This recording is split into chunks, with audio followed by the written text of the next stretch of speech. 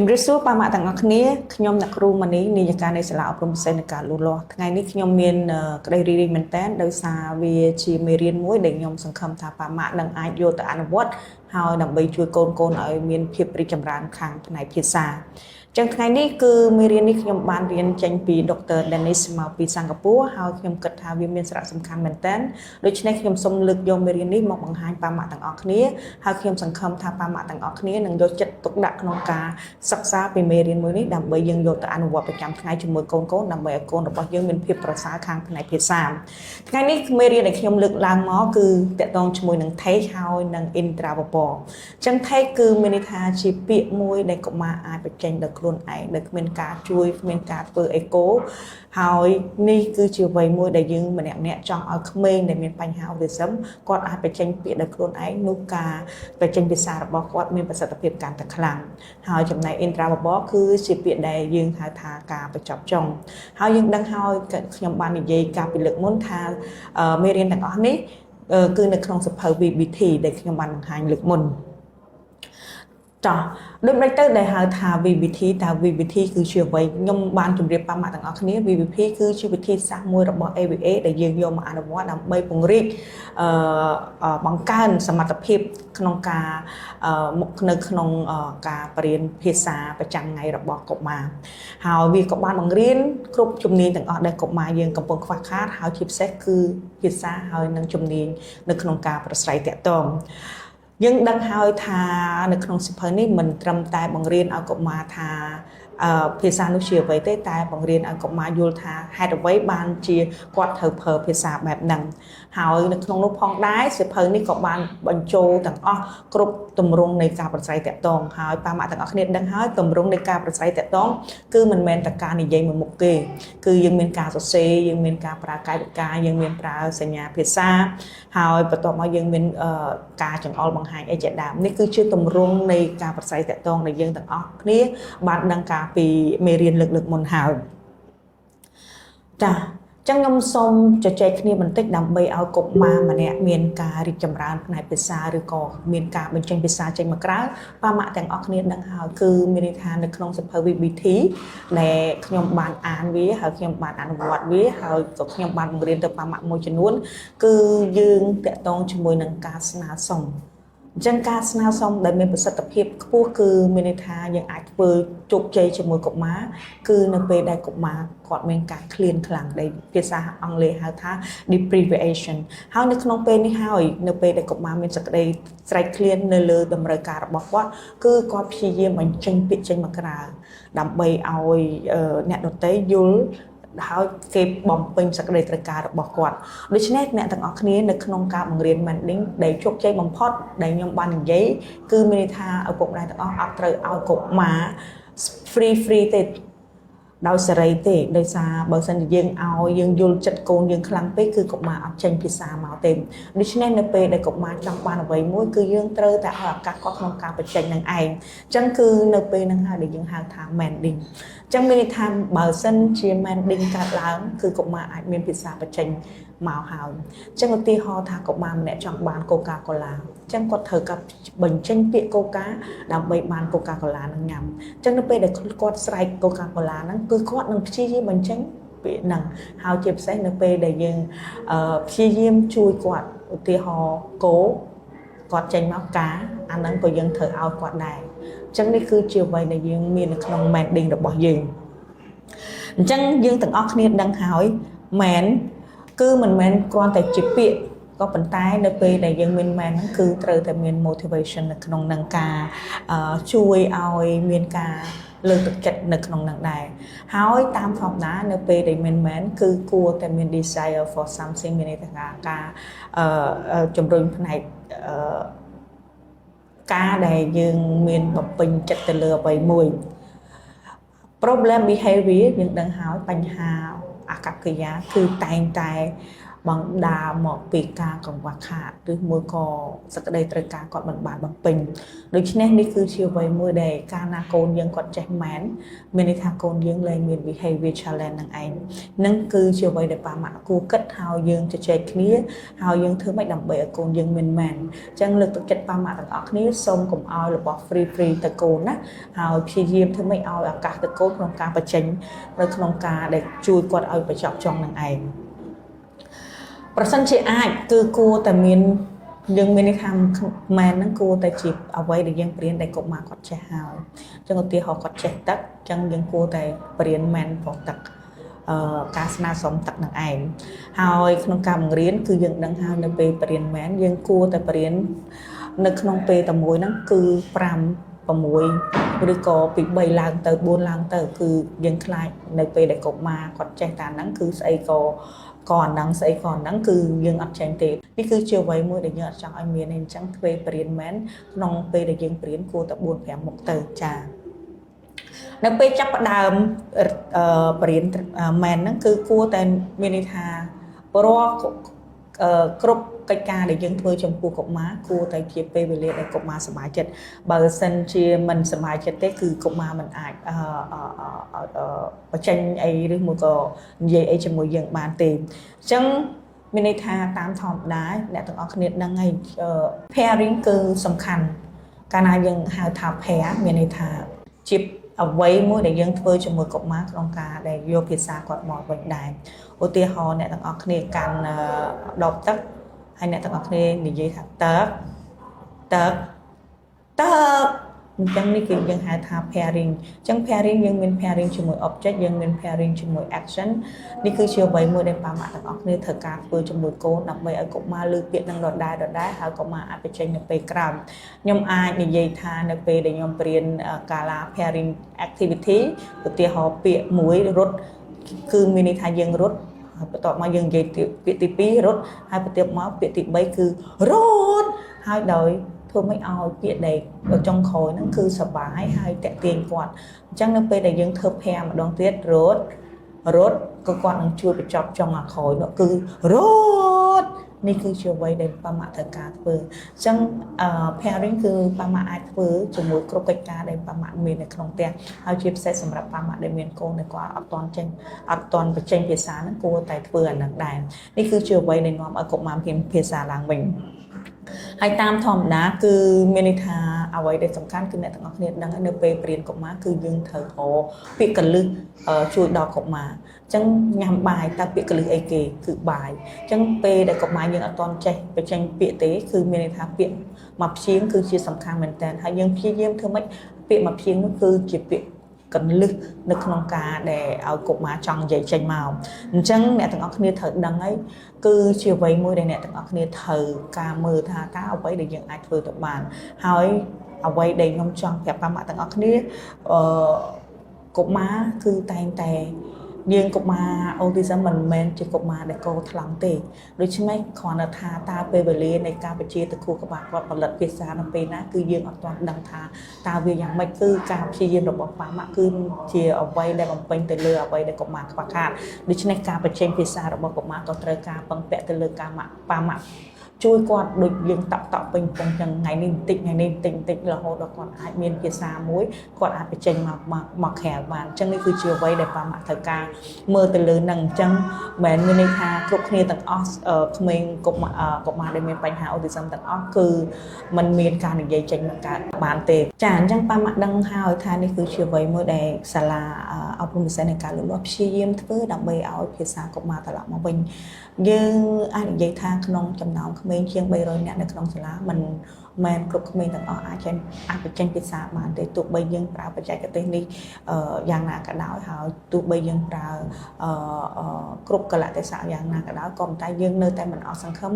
ให้ยังนั่งกัดทานในเบนามวยได้กบมาเป็นพิซซ่ามาบานนี่คือเชื่อไว้มวยในขนมกบเงินระบบครูมังเรียนในสลาบนพิซซ่าในการหรือว่าคือเนื้อแต่เมียนถ้าอาช่วยกบมานั่งเอาเมียนพิซซ่าตลอดมาเวงจังยัง ធ្វើគ្រប់បែបយ៉ាង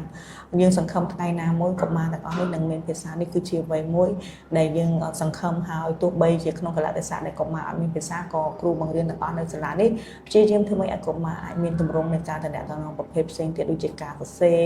ការធ្វើកាយវិការឬមួយក៏ជាអ្វីផ្សេងទៀតតាមអ្វីដែលកុមារមានទំនោរទៅខាងហ្នឹងអញ្ចឹងថ្ងៃនេះខ្ញុំបានជម្រាបប៉ាម៉ាក់ទាំងអស់គ្នាគឺ pairing គឺជាអ្វីដែលយើងត្រូវនិយាយ3ដងមានន័យថាសំឡេងទី1ធម្មតាសំឡេង2ធម្មតានិងសំឡេងទី3គឺមានន័យថាតាក់ទាញហើយលឺជាងមុនហើយយើងហៅថាភាសាអង់គ្លេសហៅថា attractive exciting នេះគឺជាអ្វីមួយដែលអ្នកទាំងអស់គ្នាត្រូវដឹងថានៅពេលដែលបរៀនកុមារគឺយើងដើរតួដូចជាកុមារអញ្ចឹងយើងដូចជាកុមារមួយដែលយើងបរៀនគាត់ឲ្យដូចយើងឲ្យត្រឡប់មកវិញអញ្ចឹងយើងដើរតួជាកូនក្មេងតែម្ដងចាអញ្ចឹងយើងដឹងហើយនៅពេលដែលយើងធ្វើ pair មានន័យថាពាក្យទី1ពាក្យទី2ហើយពាក្យទី3នៅពេលដែលយើងអាចរៀងស្កប់បន្តិចដើម្បីឲ្យគាត់ជួយបញ្ចប់ចុងអញ្ចឹងនេះយើងហៅថា pairing អញ្ចឹងបាល់រត់ដើរនេះគឺជាអ្វីដែលប៉ាម៉ាក់មើលថាតើយើងអាចធ្វើអីបានដើម្បីតាក់ទាញកុមារឲ្យគាត់ជួយបញ្ចេញជួយបញ្ចប់ជាមួយយើងតាមធម្មតានៅពេលដែលយើងមានការអាមែនគឺយើងហៅថាសុំនៅអ្វីដែលគាត់អាចមើលឃើញហើយបើសិនជាការស្នើសុំនៅអ្វីដែលគាត់អាចមើលឃើញបានច្រើនគឺយើងអាចបន្តទៅការស្នើសុំដែលមើលមិនឃើញដែលយើងហៅថា out of sight ហ្នឹងអញ្ចឹងនៅពេលនោះនៅពេលដែលកុមារអាចមានអានឹងហើយនៅពេលដែលកុមារអាចស្នើសុំវត្ថុដែលគាត់មើលមិនឃើញហើយគឺមានន័យថាយើងអាចភ្ជាប់ពាក្យដែលគាត់មានចេញជាប្រយោគបានចេញជា clear បាន clear ខ្លីៗបានដូច្នេះនេះគឺជាអ្វីដែលប៉ាម៉ាក់ត្រូវការគិតអញ្ចឹងប៉ាម៉ាក់ដឹងហើយមិនដែលយើងមើលមិនឃើញមានអីខ្លះឧទាហរណ៍គាត់ធំក្លិនភាសាហើយគាត់អាចនិយាយថាខ្ញុំចង់ញ៉ាំភាសា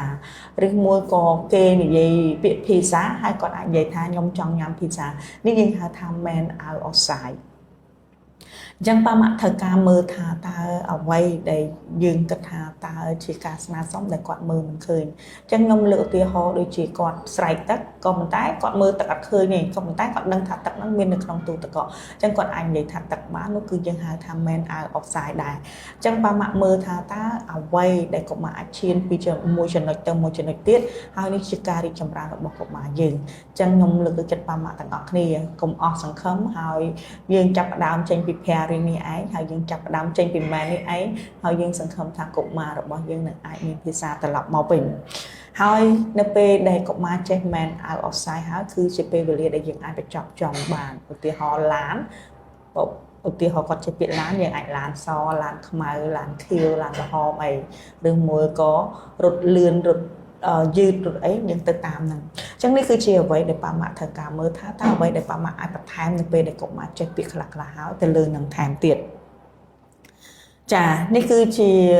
សកម្មភាពដែលយើងនិយាយនៅពេលដែលនេះគឺប៉ាម៉ាក់ត្រូវដឹងហើយនៅពេលដែលយើងផែគឺមានន័យថាយើងនិយាយ3ដងពាក្យទី3គឺយើងនិយាយ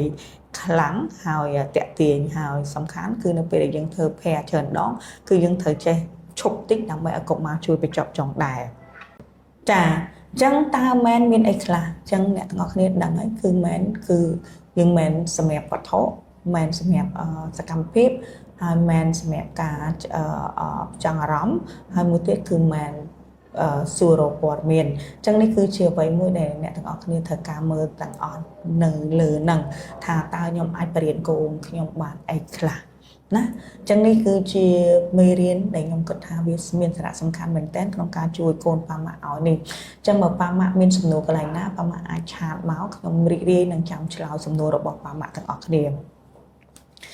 ចាអញ្ចឹងយើងដឹងហើយថានៅក្នុងហ្នឹងក៏យើងមាន operand ផ្សេងទៀតប្រតិបត្តិការផ្សេងទៀតដែរដូចជា receptive language skill imitation skill ហើយនិង matching skill អញ្ចឹងយើងដឹងហើយជំនាញទាំង3នេះគឺមាននៅក្នុងសៀវភៅពណ៌ខៀវរបស់យើងហើយនៅក្នុងសៀវភៅនោះគឺយើងបរៀនឲ្យកុមារមានជំនាញទាំងអស់ហ្នឹងអញ្ចឹងជំនាញទី1គឺយើងហៅថាជំនាញនៃភាសាយល់ដឹងជំនាញទី2គឺជំនាញធ្វើត្រាប់តាមហើយនិងជំនាញទី3គឺជំនាញភ្ជាប់ នេះគឺជាអ្វីមួយដែលក្មេងយើងរាល់ថ្ងៃនៅសាលាយើងកំពុងតែរៀនជំនាញទាំងអស់នេះចាអញ្ចឹងយើងត្រឡប់មកនៅពេលដែលកុមារយើងបញ្ចេញពាក្យបានហើយចេះស្នើសុំហើយគាត់ចេះអីខ្លះគឺមានន័យថាយើងចូលដល់ដែលកុមារយើងនិយាយអីកុមារអាចនិយាយតាមយើងហៅថាអេកូthì họ tới ná trên cộng mà cho bà chị vậy tha tới ná nó nhưng hai tha eco còn mình thấy nít nhưng để dương bị chặt mình tên nó về để cộng mà cho bà đạo miền eco nữa dương thơ ta và chốt qua lại bán lươn bằng phọt nào tam tại tới bán đời dương phải trâu tới lừa thệt này anh chẳng thấy dương miền thệt ấy là chẳng dương miền thà cả phải tranh đầu luôn anh cứ dương miền từ lừa nhiên tầng pram đã bỏ cộng mà dương cứ mi ở quấy để quạt mở khơiเอาไว้ได้กดทมคลันเอาไว้ได้กดสดับลื้อเอาไว้ได้กดสกอร์รูชิดนั่งเอาไว้ได้กดเผยกายวิญญาณบอกก่อนจังกดเถอตายไปเจนอยู่เตี้ยหอกดโยนได้กดเตอสเตียบตะเกาะจังกดแผลยังทาตระเจาะจังนึกยังหาถาเทยังหาถาลำบากหายเตี้ยหอกดเมนโรยหาในตะเจียบอกก่อนไอ้กดใหญ่ทาเอาถลังนี่คือเมื่อในทางยังหลับแบลในเทียนวิญญาณระบอกกอดบานจังกาสาวตะวิญญาณระบอกกอดบานจังนี่คือเชื่อไว้ได้ประมาทถึงการเมื่อทาตายังกูไอ้ไม่ยังเทกันเลยไอ้ค่ะจังแผมยินได้nhiên tăng phém để ba mặt thời cả mới thả ta cũng mà những ai thệt bạn ấy là chân sầm đẹp ba mặt để miền côn chập đám trên gì hả cô tại chập đám ông cũng mà thay từ lừa vậy thằng ở nâng chân ba mặt chặt chầm riêng ấy mùi chân tới hai bà toàn máu ba mặt vậy thà ok sầm lên ba nà kia bằng có chỉ là thà ok sầm lên bàn đá chầm riêng bàn đá rồi mùi có biệt sờ bát ấy là nắng cứ chiều vậy mới đây là on hot nó không ca vừa ca xả là bong chầm mùi nó cả thệt và còn năng ai viên chỉ làm từ tam lớp hay còn ai cho thà ô xa tu tập cùng nước cứ chỉ là bên này nhiên này và còn hai bên chân chỉ còn nhằm cái rém hay còn ai vậy thà ruchit strawberry ăn nó cứ chỉ là bên này nhiên đạt và còn ai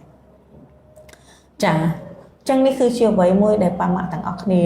អាចធ្វើបានហើយបើសិនឧទាហរណ៍អ្នកទាំងអស់គ្នាអាចធ្វើវិធីសាស្ត្រជាច្រើនក្នុងការជួយកុមារឲ្យគាត់អាចចេះ label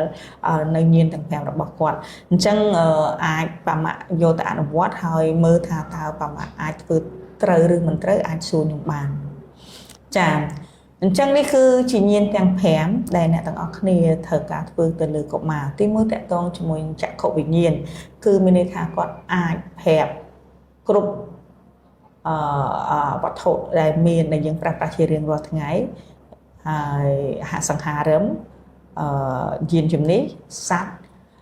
ជាពិសេសគឺធ្នាក់ដែលគាត់អាចប្រាប់ថានៅខាងក្នុងនៅខាងក្រៅនៅខាងលើនៅខាងក្រោមអីហ្នឹងគឺជាពាក្យមួយដែលយើងហៅថាជាពាក្យមួយដែលមនុស្សទាំងអស់ក្នុងមួយថ្ងៃត្រូវតែនិយាយពាក្យធ្នាក់នេះអញ្ចឹងនេះគឺជាអ្វីមួយដែលប៉ាម៉ាក់ត្រូវឲ្យព្រៀនឲ្យកូនចេះធ្នាក់នឹងឯងហើយកាលណាចេះធ្នាក់នឹងហើយគឺបង្កើននៅភាសាយល់ដឹងគាត់បានច្រើនមែនតើហើយការបញ្ចេញគាត់ក៏ច្បាស់ជាងមុនដែរអញ្ចឹងអ្នកទាំងអស់គ្នាដឹងហើយនេះគឺជាវិធីសាស្ត្រដែលអ្នកទាំងអស់គ្នាត្រូវការព្រៀនចាតកតងជាមួយនឹងសត្វវិញ្ញាណតើ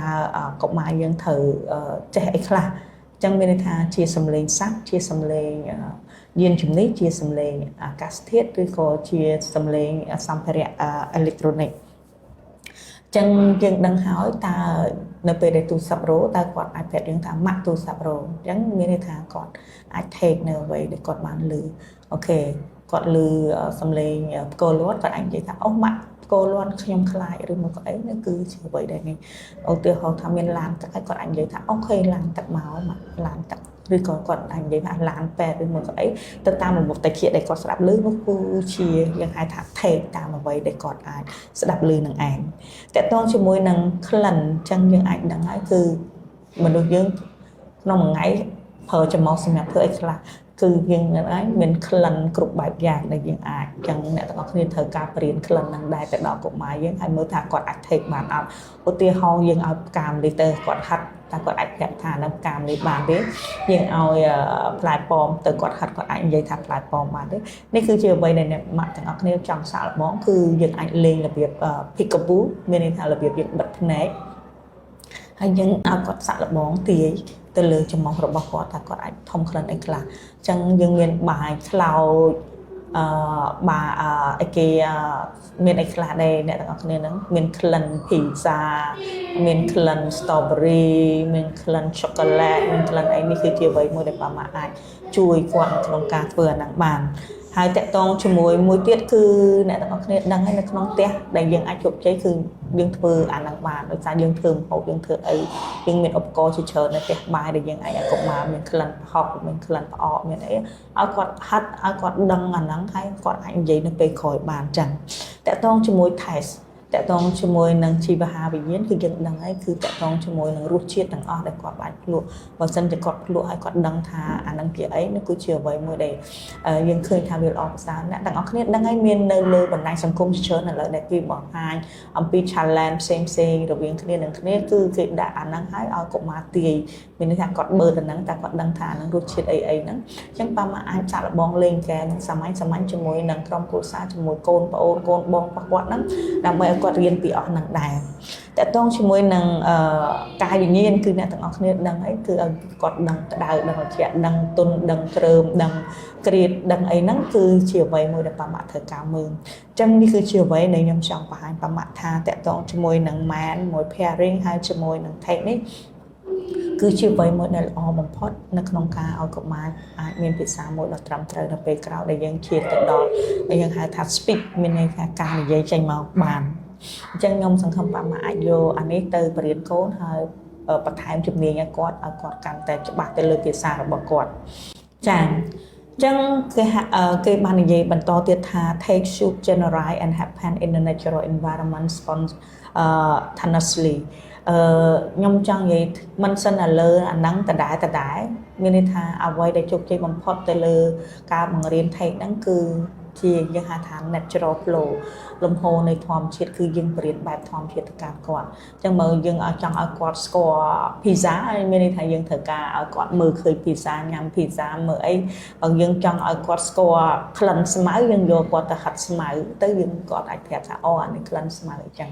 ចង់ឲ្យគាត់ស្គាល់ផ្កាម្លិះយកឲ្យគាត់ឃើញផ្កាម្លិះឲ្យគាត់ហាត់ឲ្យគាត់ដឹងថានឹងផ្កាម្លិះអញ្ចឹងនេះគឺជាអ្វីមួយដែលប៉ាម៉ាក់ត្រូវការមើលថាការបង្រៀនកុមារតាក់ទងជាមួយ take អ្វីដែលមានប្រសិទ្ធភាពជាងគេគឺនៅក្នុងបរិយាកាសធម្មជាតិនឹងឯងហើយយើងអាចបរៀន take នេះនៅពេលដែលកុមារយើងអាចស្នើសុំវត្ថុពី10 item មានន័យថា10ប្រភេទឡើងទៅដែរអញ្ចឹងមួយទៀតដែលយើងឃើញថាដែលប្រសើរដែលងាយស្រួលជាងគេក្នុងការបរៀន take ហ្នឹងគឺតាមរយៈ picture តាមរយៈរូបភាពអញ្ចឹងឧទាហរណ៍ថាអ្នកទាំងអស់គ្នាលើករូបអីចេញមួយមកហើយគាត់អាចនិយាយថាហ្នឹងគោយើងលើកដំរីគាត់និយាយដាក់ដំរីអញ្ចឹងយើងអាហ្នឹងងាយស្រួលតែអ្វីដែលឲ្យ experience ល្អប្រសើរបំផុតគឺ natural environment បរិយាកាសធម្មជាតិដែលយើងឲ្យគាត់មាន good memory មាន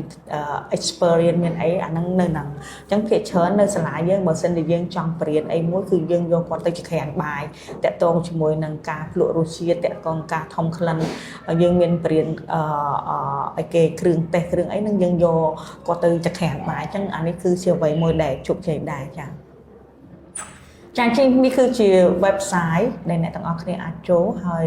អាចមើលទៅលើការបរៀន take នឹងឯងដែលឲ្យមានប្រសិទ្ធភាពទៅលើកូនយើងទាំងអស់គ្នាទៀតណាអញ្ចឹងថ្ងៃនេះខ្ញុំអ្នកគ្រូម៉ានីខ្ញុំលើកពីចំណុចនេះសិនហើយខ្ញុំនឹងលើកចំណុចបន្តទៀតនៅពេលក្រោយអញ្ចឹងថ្ងៃនេះខ្ញុំសូមអរគុណប៉ាម៉ាក់ទាំងអស់គ្នាហើយខ្ញុំសង្ឃឹមថាប៉ាម៉ាក់ទាំងអស់គ្នាជួយចែករំលែកមេរៀននេះទៅកាន់បងប្អូនទាំងអស់គ្នាដែលគាត់មានកូនដែលមានបញ្ហាដូចយើងហើយដើម្បីឲ្យគាត់មានចំណេះដឹងក្នុងការជួយកូនរបស់គាត់ជាពិសេសអស់បងប្អូនដែលនៅតាមបណ្ដាខេត្តអត់ទាន់មានសាលារៀនទៅដល់នោះអញ្ចឹងយើងអាចចែករំលែកដើម្បីគាត់អាចជួយកូនរបស់គាត់នៅឯផ្ទះឲ្យមានប្រសិទ្ធភាពដើម្បីចូលរួមនៅក្នុងសង្គមមួយនេះដោយមានប្រសិទ្ធភាពខ្ពស់អញ្ចឹងយើងសង្ឃឹមថាថ្ងៃអនាគតកូនរបស់យើងទាំងអស់គ្នានឹងមានគុណភាពជីវិតកាន់តែល្អប្រសើររួមជាមួយគ្នាដើម្បីទាំងអស់គ្នាហើយយើងធ្វើការដើម្បីកូនរបស់យើងអញ្ចឹងថ្ងៃនេះខ្ញុំសូមអរគុណច្រើន